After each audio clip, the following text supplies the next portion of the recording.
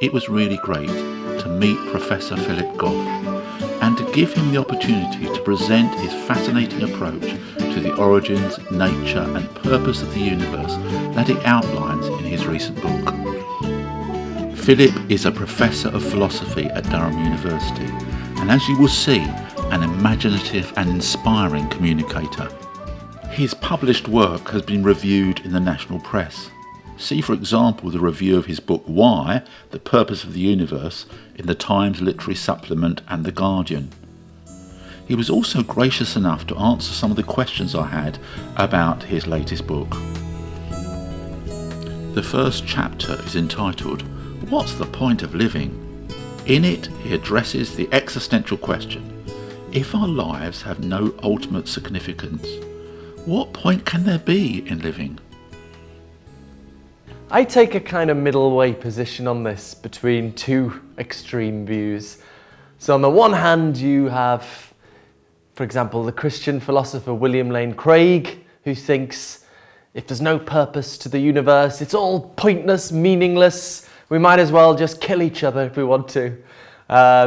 Not just religious thinkers. The atheist David Benatar is an anti-natalist, which means he thinks it's immoral to have children, partly because he thinks the universe is so meaningless. He doesn't think it's entirely meaningless, but it's so little meaning that it's immoral to have children. So that's one extreme. The other extreme, is the familiar secular humanist position that probably there's no cosmic purpose, but even if there is, it's irrelevant. We make our own meaning and purpose, that's the end of it. So I take a middle way position that I think we can have perfectly meaningful lives without some connection to some bigger purpose, just by pursuing things that are worth doing. Kindness, creativity, the pursuit of knowledge, and so on. But if there is cosmic purpose, if there is some bigger point to it all, there's perhaps the potential for a more meaningful existence. I think we want our lives to make a difference. If one could contribute in some small way to the purposes of the whole of reality, that's huge. That's about as big a difference as you can imagine making. So, yes, I think you can have a meaningful life without cosmic purpose, but if there's cosmic purpose, there's the potential for a more meaningful existence. Philip Goff then faces this question. When it comes to what might give our lives meaning, will that not come down to a subjective decision on our part, in terms of what we decide to value or see as meaningful? So in this sense, there cannot be such a thing as objective values. Consequently, if such values are subjective and not objective, how could one possibly reason that one person's set of values or goals for their life are any better than another's? As Philip Goff explains, on this view, there are no externally given facts about which kinds of activities do or don't constitute a meaningful life. I used to be more of a subjectivist about these things. I used to be a fan of the great 18th century Scottish philosopher David Hume. Very, very influential way of thinking about things. And Hume famously said that reason is and ought only to be the slave of the passions, which essentially means that reason can tell you how to satisfy your desires or your life goals, but it can't tell you whether or not those life goals are rational or plausible. Reason can't evaluate those basic life goals. So for Hume, all possible fundamental life goals are on a par. They can't be rationally assessed. And this used to make sense to me, but the more I think about it, it just seems implausible that every single possible life goal is just as good as any other. So in the book, I imagine somebody whose fundamental life goal is counting blades of grass, right? And they're not doing it for the sake of something else. Let's say they don't get pleasure from it. They don't enjoy it, right? They get no happiness from it. And they're not doing it for the sake of something else to, provide information to grass cutters or something. They're just for its own sake. That is their life goal, to count as many blades of grass as possible before they die, and they sweat and cheat and toil just to do that. That just seems to me totally pointless, right? A totally stupid waste of a life, as opposed to somebody who's trying to find a cure for cancer, or trying to advance scientific research, or just try and have a good time. If the person enjoyed counting blades of grass, so pursuing pleasure, pursuing understanding, pursuing creativity, these things seem inherently worth doing in a way that counting blades of grass is not worth doing. Or maybe to take something more psychologically maybe to take something more psychologically plausible, the pursuit of power for its own sake, not because of what you can do with it, but just pursuing power to be powerful. I think that is a waste of time. That is not worth doing, although many of us are psychologically tempted by it. Now, if you ask me, well, how do you know?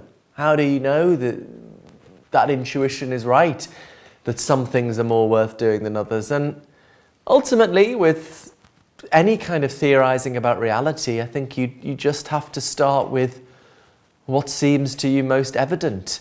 We don't know anything for sure. I might be in the Matrix. This might be a very long dream, as René Descartes thought about. All we can start is with what seems most evident. And I would say the sense that pursuing knowledge or pleasure is worth doing in a way that counting blades of grass is not, seems to me more evident than, there's a table in front of me here. And therefore it seems to me rational to take that seriously, at least as much as my empirical knowledge of the world, if it seems more evident. I suppose that would be an important foundation for me.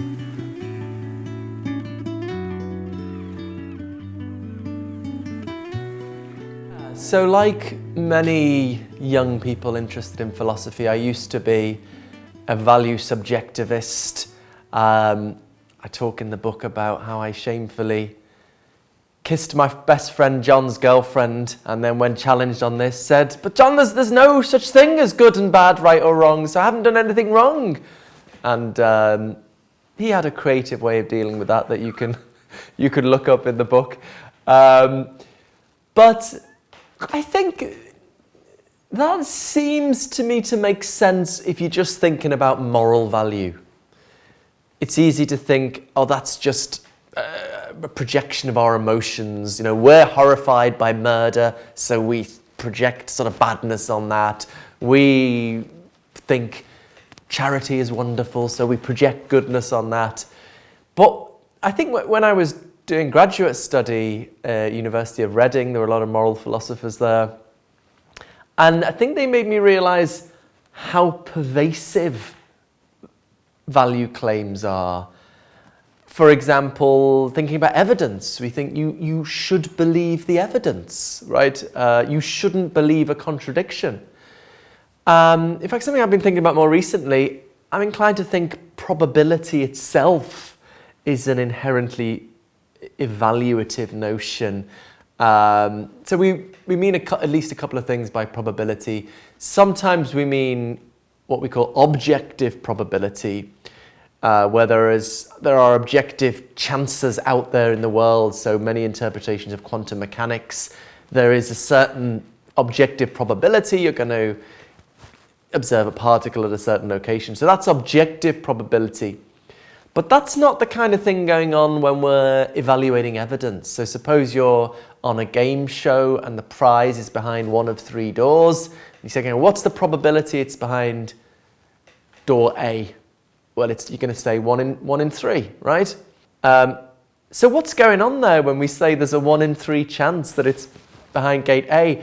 I think plausibly what what we're really doing there is making claims about the degree of belief you ought to have in a certain proposition. So basically what you're saying is you ought to have a 1/3 degree of belief that the prize is behind that door. Philosophers talk about credence, which is sort of degree of belief. And yeah, it's surprisingly difficult to try and get rid of the value notions there. Or also just in basic self-interest. If I'm in terrible pain, I have a reason to try and stop the pain. You know, somebody who spends their life trying to hurt themselves as much as possible is less rational than somebody who spends their life trying to make themselves feel good. So I think really if you're going to say, oh, there are no objective facts about value, you've got to dismiss all of that. You've got to say, no, there's no reason to believe or do anything.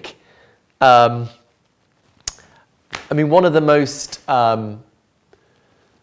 most rigorous contemporary philosophers who's defended a sort of nihilist view where there are just no facts about value, Bart Stromer, and he has ended up at the position, because he's really thought through what you have to say to be consistent in this. He says he can't believe his own view because to believe something, he thinks plausibly, at least to reflectively believe it, you need to take yourself to have reason to believe it, right? But reason is a value notion. To have reason to believe something means, all things being equal, you should believe it. So what he ends up saying is the arguments point in that direction, point towards value nihilism, what we call error theory in moral philosophy. But he doesn't think it's a view he can literally believe himself. So I just think ultimately when you think through how pervasive value claims are, I think denial of the reality of value is unsustainable. I mean, and I'm kind of tempted to think David Hume contradicted himself a little bit on that, because he famously said, reason is and ought only to be the slave of the passions. So there's a sort of ought claim there, which seems to imply if I desire something, I ought to pursue that desire. If I desire to be a lawyer, I ought to go to university and study law. But that seems to be going from an is to an ought, right? The fact that I desire something means I should pursue it. Whereas Hume also famously said you can't go from an is to an ought. You can't move from cold-blooded empirical facts about how things are to claims about how things ought to be. So I think in my intellectual history I went from a teenage subjectivism to an appreciation of how pervasive value claims are, and realizing, no, actually, if you're skeptical of facts about value, you ought to just deny all of these claims, think you literally have no reason to think or to do anything. I spent maybe a year trying to sustain that, but I think it's really ultimately not a sustainable position and not a plausible position. So I find myself in a position of believing in value. I don't know if I quite have all the answers to how we make sense of that. How could there be facts about value? How would we know facts about value? I suppose what I say in the book is I don't have the answers, but we have similar challenges with mathematical knowledge. How could there be facts about mathematical truth? My colleagues in the mathematics department seem to discover facts about mathematics. How is that possible? How can there be? Where are these facts about numbers, and how do we know about them? So my hope is maybe there's a common solution here. However we make sense of mathematical knowledge and mathematical truth, maybe we can tell some similar story about value knowledge and value truth. And that's, after all, what Plato himself thought. So maybe some kind of Platonic story here.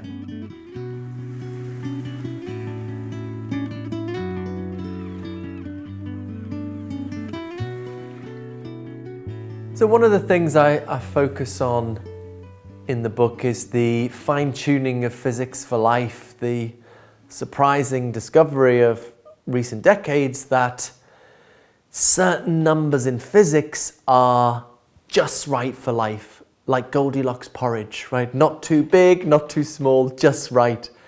Perhaps the example that's most perplexed cosmologists revolves around dark energy. This is the force that propels the expansion of the universe. Once you do the calculations, it's clear that if that force had been a bit stronger, everything would have shot apart so quickly. No two particles would have ever met. We wouldn't have stars or planets or any kind of structural complexity. Whereas if that force had been significantly weaker, it would not have counteracted gravity. And so everything would have collapsed. And so everything would have collapsed back on itself a split second after the Big Bang. So for the mere possibility of life depended on that number being in a pretty narrow range. And that's just one example. There are very, very many numbers, and on the face of it, it seems incredibly improbable that physics would have turned out with the right numbers for life just by chance.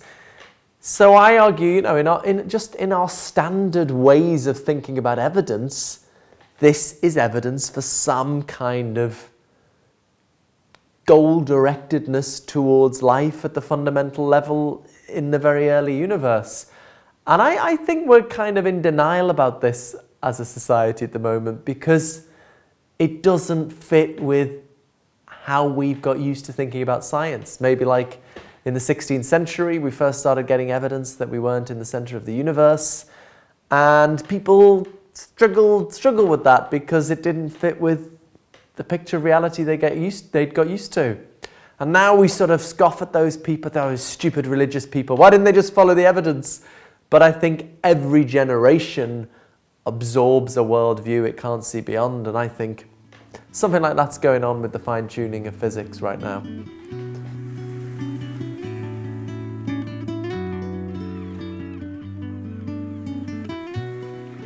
So I used to go for the multiverse explanation of fine-tuning. I've always thought fine-tuning needed explaining, but I thought the multiverse explanation looked to be pretty plausible. So the idea is if you've got enough universes with enough variation in their physics, some of them are going to fluke the right numbers for life. If enough people buy lottery tickets, someone's going to get the winning numbers.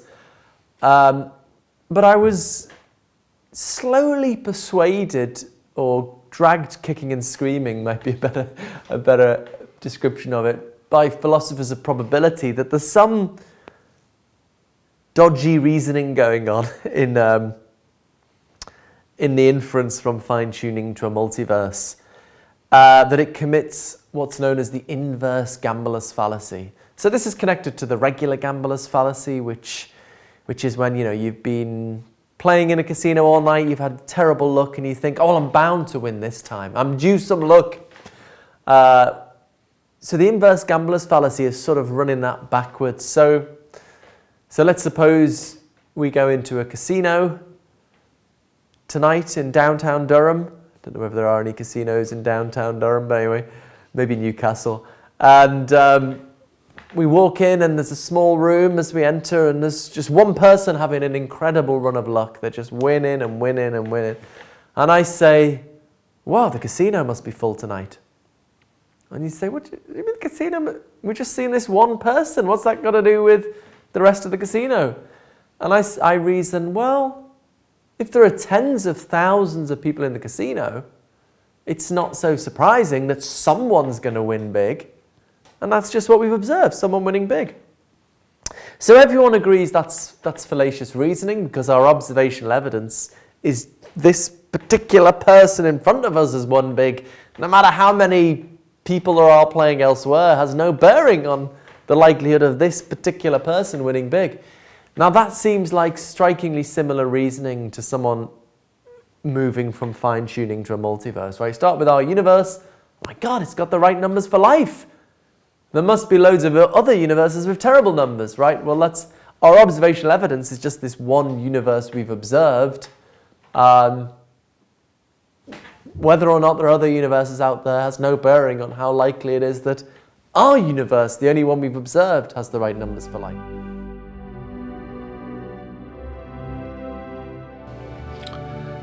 Professor Goff has some genuine misgivings about traditional ideas of theistic design, which he discusses in due course. Yet the book gives a clear rationale for believing that the cosmos is set up, as he states, to maximise the possibility of value. What I was struggling to understand is the fact that in our experience, it's fully conscious personal beings who appreciate values and work towards them. So the question that puzzled me is this: would you not need a fully developed consciousness, in other words, a personal reality, to see the value of creating a value-orientated universe in the first place? Which seems to get us back to some form of theism, and that the impersonal reality of physical laws, or some barely conscious primordial reality, could hardly see the value in a value-orientated universe, or have the wherewithal to choose one, as these are things we associate with fully conscious personal beings. I consider a range of hypotheses for making sense of cosmic purpose or cosmic goal-directedness. Perhaps the most straightforward is the idea of a teleological law of nature. Just a law of nature with a purpose built into it.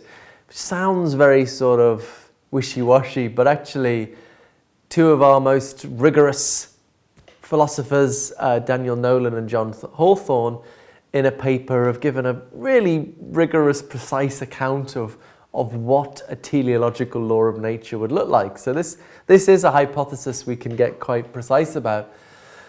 But yeah, many people have an intuition that purpose requires some kind of conscious mind whose purpose it is. So I have reservations about the familiar God hypothesis because of the problem of evil, which we might get onto. But I'm open to designer hypotheses where we tweak the characteristics of the designer a little bit. For example, I'm quite open to the possibility of a designer of limited abilities, right? Maybe there's a cosmic designer who's made the best universe they can, right? And they're like, they would love to just create intelligent life like that by breathing life into the dust, as we see in Genesis, but they just can't do it that quickly. The only way they can create intelligent life is by making a universe from a singularity with the right physics that will eventually evolve intelligent life. And they're like, I know it's going to be messy. This is the best I could do. Sorry, this or nothing. So that's one possibility I'm open to. But also, I think the hypothesis I most lean to, which connects with my earlier work on panpsychism, is cosmopsychism, the idea that the universe itself is a conscious mind with its own goals. I think, how does this fit with science? Physics doesn't seem to be telling us that the universe is a conscious mind. But this is where I draw on important work from Bertrand Russell in the 1920s. Russell's point, well, physics is just a load of equations. In a sense, it doesn't tell us what the universe is. It just describes its mathematical structure. As Stephen Hawking famously said, physics doesn't tell us what breathes fire into the equations and makes a universe for them to describe. So physics just gives us this mathematical structure and leaves open the metaphysical reality that underlies that mathematical structure. Leaves open the possibility that it is some kind of conscious mind. Okay, why take that seriously? Well, if fine-tuning leads you to think there is some kind of conscious mind at the root of things, why postulate a supernatural mind if we can just suppose that the universe itself is a kind of conscious mind that fine-tuned itself? And so I think that offers us a more parsimonious explanation of the fine-tuning of physics. Before the scientific revolution, intellectual thought was dominated by Aristotle, and Aristotle's universe was a universe of purpose. Not necessarily because there was an external designer who'd imposed those purposes. Things rather just had purpose or goal-directedness built into them. Fire went up because it was aiming to get to its natural place in the heavens. Earth went down because it was trying to get to its natural place, which Aristotle thought was in the center of the universe. And organisms for Aristotle were essentially defined by the goal-directed nature.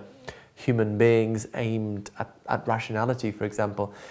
And it was very much a defining feature of the scientific revolution that this purpose stuff was rejected in favor of mechanical, mathematically specifiable laws of physics. So it's understandable, I suppose, this quiet with purpose when the whole paradigm of the past 500 years has been premised on rejecting purpose.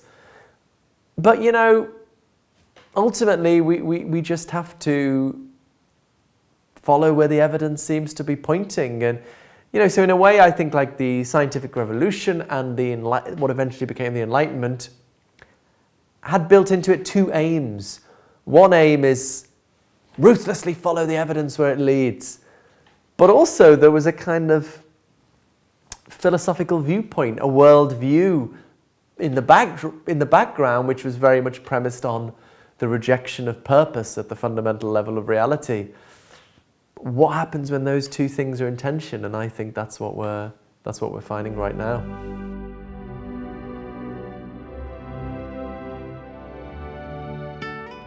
I suppose I've always found very compelling the challenge of the problem of evil, the difficulty of reconciling an all-loving, all-powerful God with the terrible suffering we find in the universe. And it just doesn't seem to me plausible that a loving God who could do anything would choose to bring us into existence through such a brutal process like natural selection.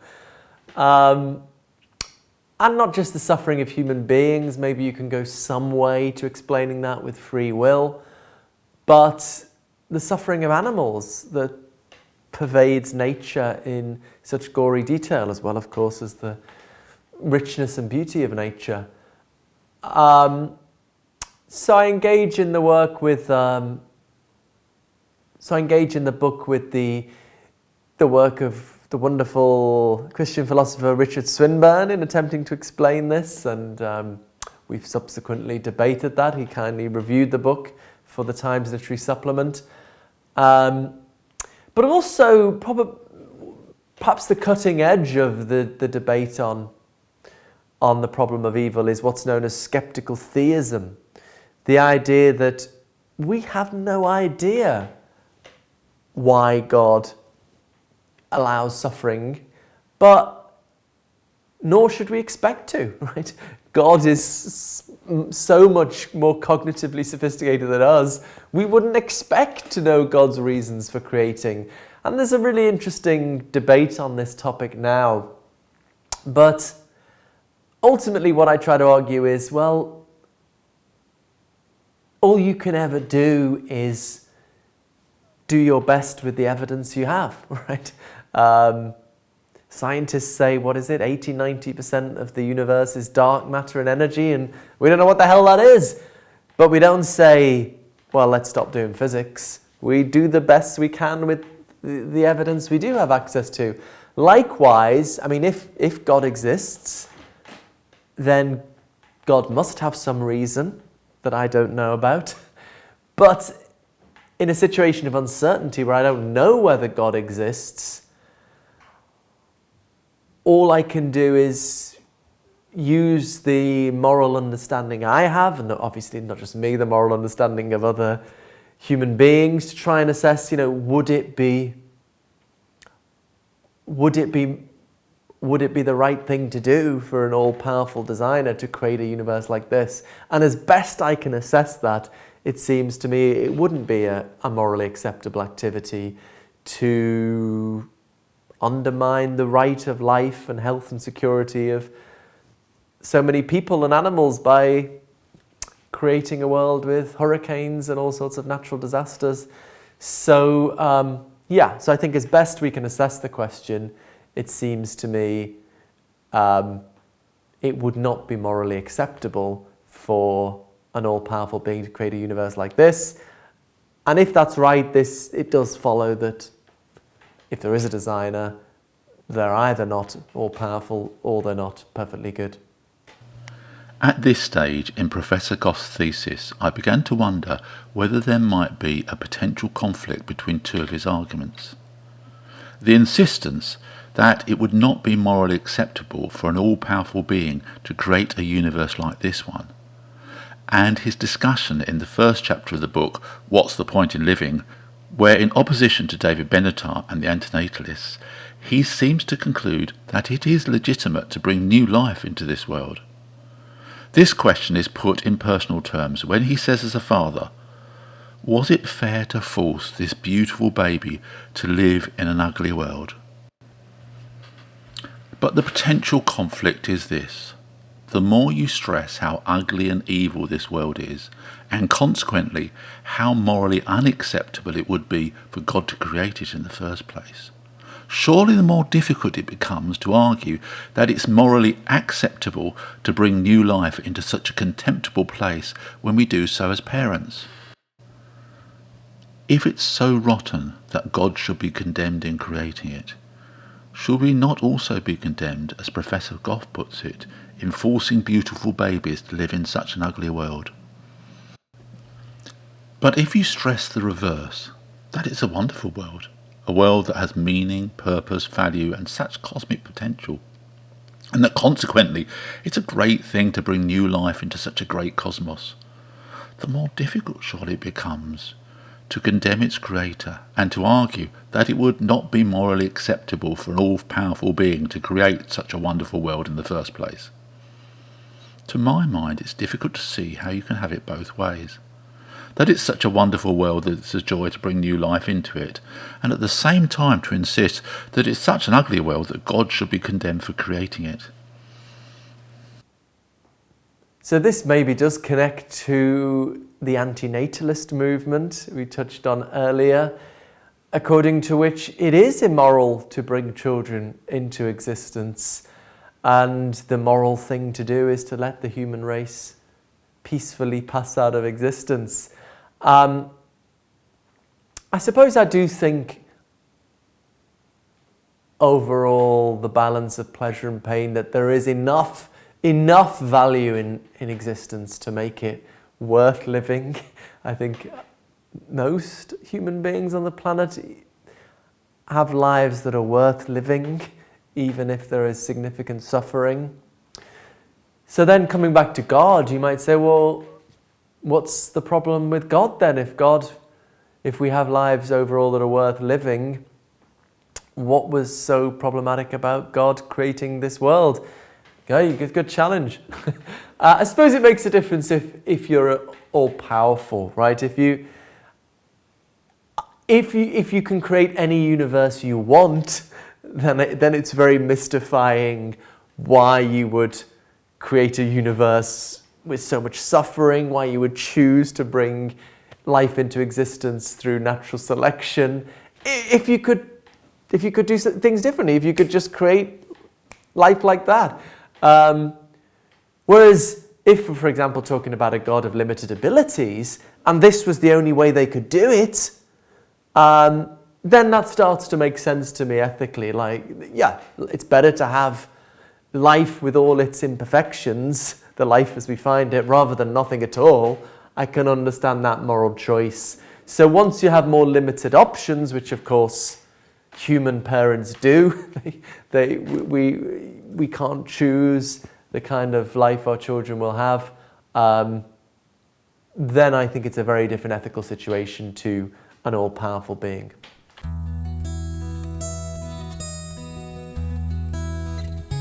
Yeah, so I was raised Catholic, abandoned that when I was 14, I guess, driven by the problem of evil, and returned to religion in my early 30s, I guess, feeling the absence of many things that come with religion. I think sometimes we focus too much on the beliefy aspects, which have their place, but Karen Armstrong has argued, for example, that's a modern perversion of the last few hundred years to focus so much on the beliefs.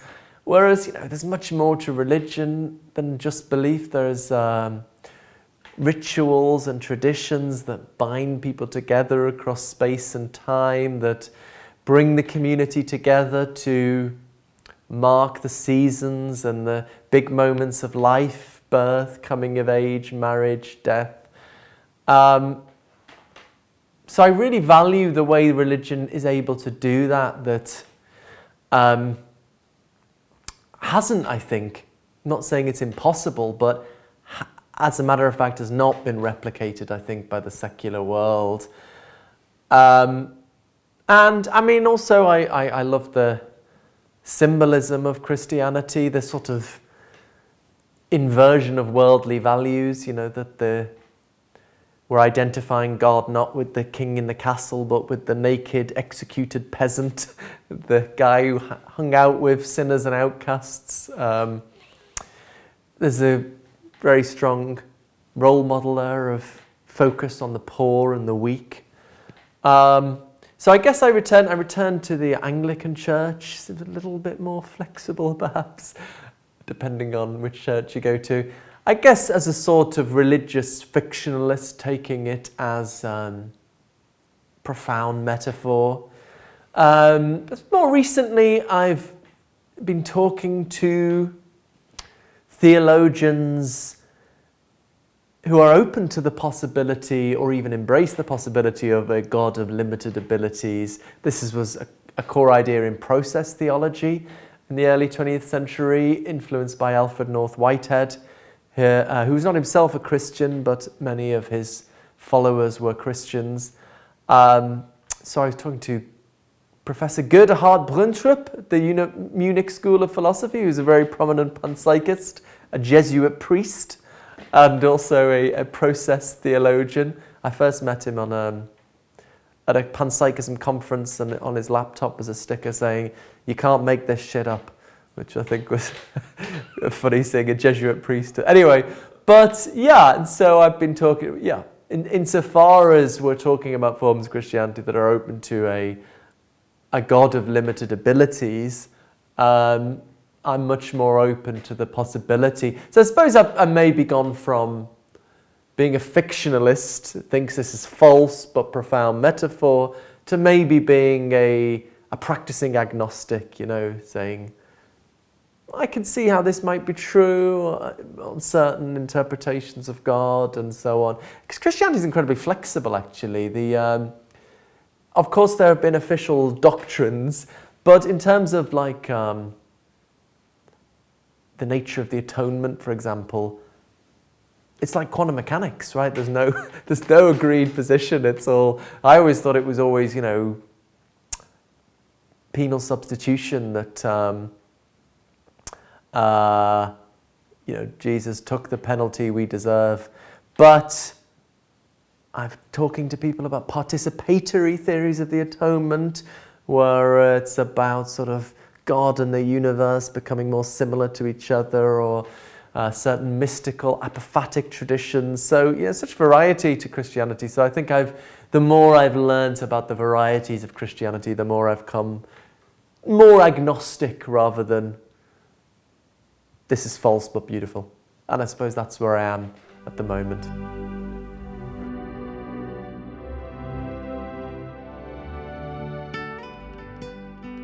What I'm always keen to emphasize is that dealing with consciousness is not just a scientific issue, important as the science is. This is also fundamentally a philosophical issue. We have at root the ancient problem philosophers call the mind-body problem, the challenge of explaining how consciousness and the physical world connect. And there are various possibilities. Right? Maybe the physical world is fundamental and consciousness emerges from physical processes in the brain. This is the physicalist view. The view I prefer turns that on its head. Maybe consciousness is fundamental and physical reality somehow emerges from underlying facts about mind or consciousness. Third option, which has probably been the most popular throughout human history, the dualist view, is that they're both fundamental. Consciousness and the physical world are radically different, although intimately intertwined. Now, crucially, all of these views, at least in certain forms, are empirically indistinguishable, which is to say, you can't do an experiment to decide which is correct. For any experimental data, each of these theories will just explain the data in their own terms. So this is why it's not just a scientific question. You can't answer every question with an experiment, because sometimes the experiments leave open a range of hypotheses. So what can we do? I mean, maybe you should say, we should just be agnostic. That's in itself interesting, if true, because I think most people assume the physicalist view rather than being agnostic. But I think there are ways we can try to evaluate these different options. We can ask, how well do they explain what they aspire to explain? So the physicalist aspires to explain consciousness in terms of physical processes in the brain. So how well has that gone? I would argue it's gone terribly. And I think there are good philosophical reasons to think it's not even a coherent project. Whereas when it comes to panpsychism, the project of explaining physical reality in terms of consciousness, so doing it the other way around, I think we've made good progress on that. And in fact, we actually understand how that could be done. The mysteries have been solved. So we can evaluate these theories in terms of their explanatory aspirations, maybe in terms of how simple and unified they are. Maybe that casts doubt on the dualist view. Why believe in two kinds of thing if you can get everything you want just from talking about one kind of thing? So this is philosophy, right? And I think we live in very scientistic times where people have forgotten that philosophy has a very important role to play in finding out about reality. And if you don't appreciate that, then what you end up is with... And if you don't appreciate that, what you end up with is bad philosophy, because you inevitably get philosophy. It's just not properly scrutinized. So I'm open to non-standard design hypotheses, and one non-standard design hypothesis is the simulation hypothesis, most associated perhaps with Nick Bostrom or David Chalmers. This is the view that we are in a computer simulation and our designer is just some random software engineer in the next universe up. Maybe they've created this universe to find something out, run a simulation, work out what happens if people vote for Trump. You know, I'm stealing David Chalmers' joke from his book there. I should credit him for that. But and this could be an explanation of the fine-tuning, right? This software engineer who ran the simulation that we're living in wanted to work out what happens with life of a certain kind, so they set the numbers right for life. So, I think this should be taken seriously, and it's an intriguing proposal. Ultimately, though, I don't think beings in a simulation would be conscious, right? This is controversial, right? Because some people think, well, if it's a perfect simulation of my brain, including all the structural complexity, well, isn't that enough for consciousness? Isn't structure and information processing, isn't that enough for consciousness? But I suppose, as a panpsychist, my view is that consciousness is the stuff of the world, the essence of matter, rather than some abstract computer program. So I guess it's a question, is consciousness hardware or software?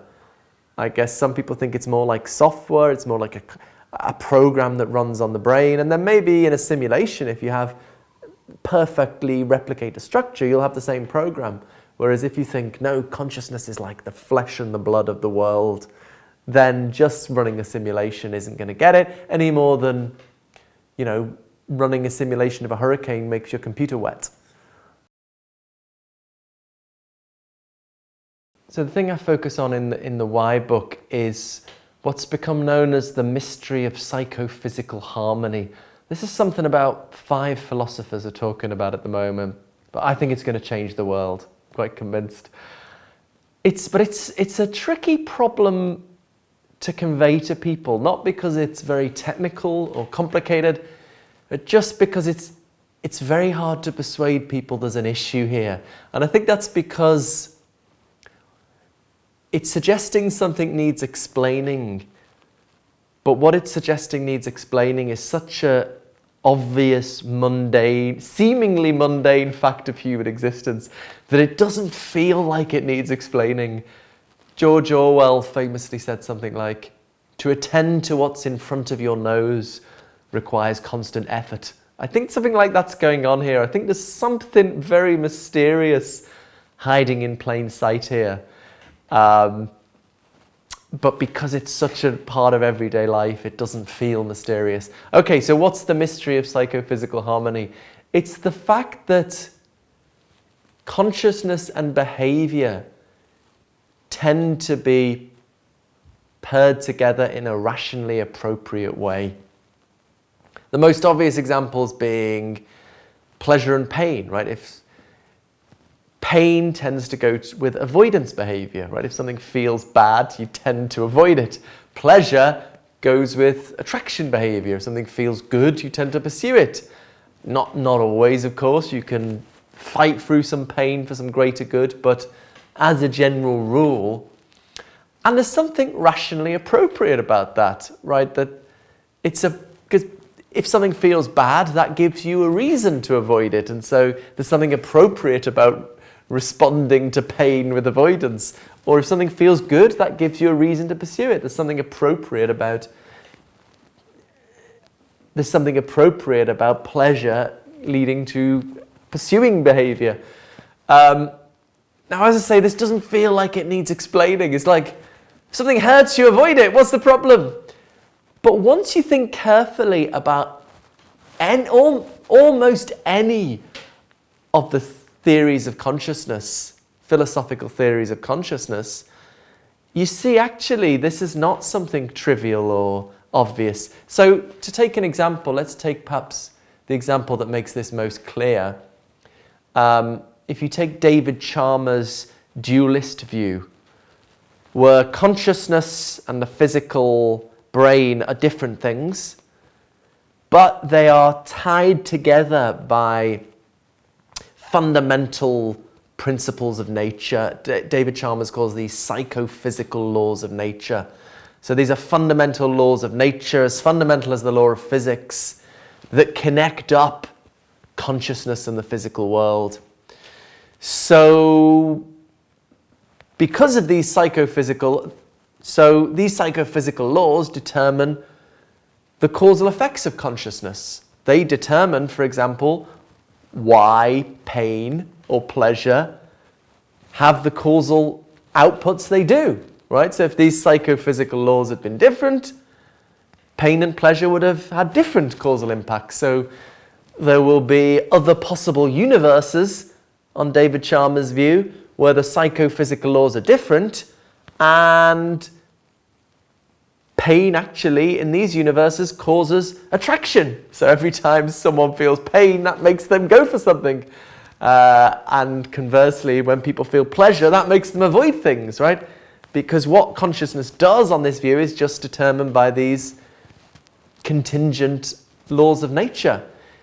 Right, so once you've got your head into that view, it's actually not at all trivial that pain would cause avoidance behavior. It's just dependent on these contingent laws of nature. And then you think, oh my gosh, of all the ways these laws of nature could have been, how come they're set up to ensure that pain and pleasure do they lead to the rationally appropriate behavior? If we're just living in this meaningless, purposeless universe, why do these laws of nature care about what's rationally appropriate? And this is not just about pleasure and pain. I think in general, the behavior that results from our conscious experience is more or less rationally appropriate. Any kind of historical or sociological explanation, why people voted such and such in an election, we will explain that in terms of the behavior, the voting behavior being more or less rational relative to people's beliefs or desires. Pain and pleasure is just the obvious example. Okay, so you might think, oh, well, I'm not a dualist. Why should I care about this? But I think the same problem arises on almost any theory of consciousness. So suppose you're a physicalist. Probably the most popular view, only just, but the most popular view in philosophy of consciousness, that maybe conscious states are just brain states, pain is some kind of pattern of neural firings. Okay, let's say we have that view. So consciousness isn't something separate from the brain, my feelings are just neural activity. Right? But now, what brain states do is dependent on the laws of physics, right? A brain state is made of chemicals and electricity, and they're made of particles, and what the particles do is dependent on the laws of physics. If the laws of physics had been different, the particles would have behaved differently, and the brain state would have behaved differently, and if the brain state is a feeling, the feeling would have behaved differently. So I think the same problem arises in a more nuanced way with physicalism as well. It's like, oh my gosh, the laws of physics are set up so that the behavior that results from conscious states is rationally appropriate. And what a lot of people say at this point is, oh, well, it's natural selection, right? It's natural selection that has ensured that the behavior that results from consciousness is rationally appropriate. When you think about it, though, that's not true. Not because, of course, I do think we evolved the kind of conscious experience we have, but any kind of evolutionary explanation of why we have the consciousness we do already assumes psychophysical harmony. So, for example, natural selection is only going to have a motivation to make me feel pain when my body's damaged if I'm going to respond rationally to that pain and avoid getting my body damaged, right? Natural selection is only going to make me feel pleasure when I eat if I'm going to respond rationally and so eat. So an evolutionary explanation already presupposes that consciousness and behavior go together in a rationally appropriate way. And if it already assumes it can't explain it, because then you'd be sort of going around in a circle. So this seemingly trivial fact that people avoid things that hurt actually, I think, turns out to be deeply mysterious. There is one view that avoids this altogether, which is a sort of neo-behaviorism. That's a term from Galen Strawson. The view that when we talk about feelings, experiences, that's just a way of talking about behavior, right? When we say someone's in pain, that just means, they avoid bodily damage. We're just talking about a state that causes avoidance behavior when someone's body is damaged. So we're just talking about behavior. Then, of course, the problem goes away, right? There's no mystery. Oh, why does pain cause avoidance behavior? That's just what we mean by pain, right? It's like saying, oh, how come all the poison kills people? That's just what we mean by poison. We wouldn't call it poison. But that view actually is very fringe, and I can't complain about that. I've got a fringe view myself, but it's a pretty minority view. I think most philosophers these days think that, at least at the level of what we mean when I say my wife's in pain. Oh no, my wife's in pain. That's not a claim about her behavior or the behavior of her parts.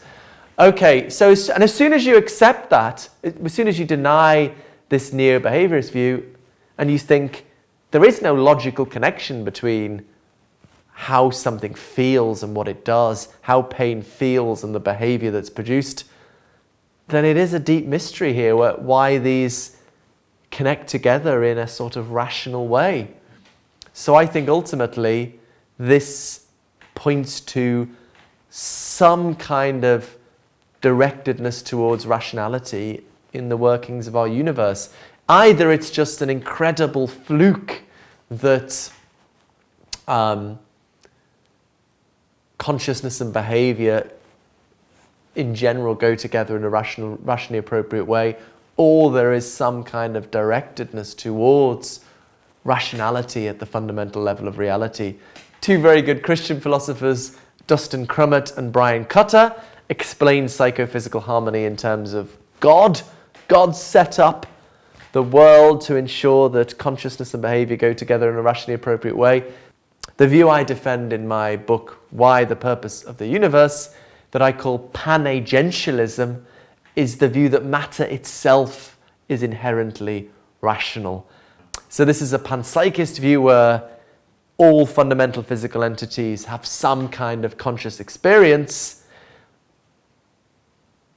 But what panagentialism adds to basic panpsychism is that physical entities are disposed to respond rationally to the character of their experience. So a strange sounding view, but the attraction is once you have that metaphysical backdrop, then I think all you need is natural selection to explain why we have the consciousness we do, because then natural selection has a motivation to give me conscious understanding of the world around me, to give me the right kind of desires, because I'm going to respond rationally to those desires, rationally to that understanding of the world, and survive well, right? But in the absence of some kind of directedness towards rationality, I don't think we can explain why we have conscious understanding of the world around us.